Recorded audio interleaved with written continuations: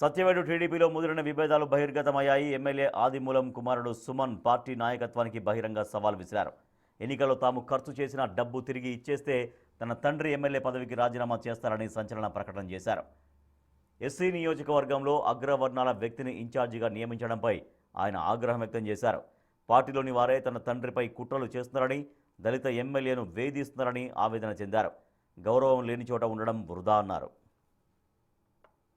మొన్న సత్యవేడులో పార్టీ పరంగా నేను నారాయణవనంలో నేను ఒకడే కష్టపడి ఫైనాన్స్ పరంగా పెట్టుకుంటే పార్టీ పరంగా నాకు కూడా ఆహ్వానం లేదు.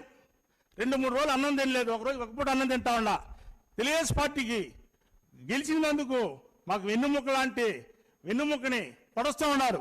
మీరు పొడిచేవాళ్ళు నేరుగా వచ్చి ఇక్కడ కాల్చండి, ఇక్కడ పొడవండి, ఇక్కడ చంపండి.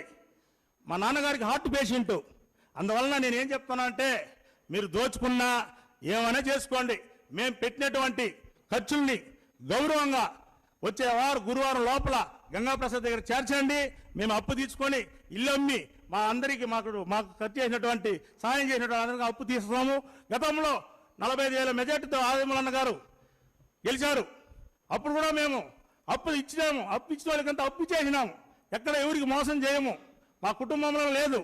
ఈరోజు కూడా ఏం చెప్తున్నా అంటే, చంద్రబాబు సార్ గారికి, లోకేష్ అన్న గారికి ఒకే ఒక విషయం చెప్తున్నాను.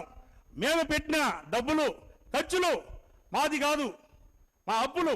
దాన్ని తీసుకొని వచ్చి మీరు ఒక వారం లోపల గంగాప్రసాద్ సార్ దగ్గర మీరు జమ చేస్తే ఎమ్మెల్యే పదవి కూడా రాజీనామా చేస్తామని ఈ సందర్భంగా తెలియజేసుకుంటున్నాను. మా